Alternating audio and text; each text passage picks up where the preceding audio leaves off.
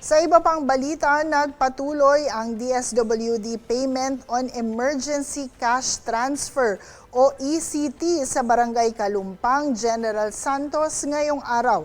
Target nilang mabigyan ng tulong pinansyal ang 330 beneficiaries na apektado ng matinding lindol kamakailan.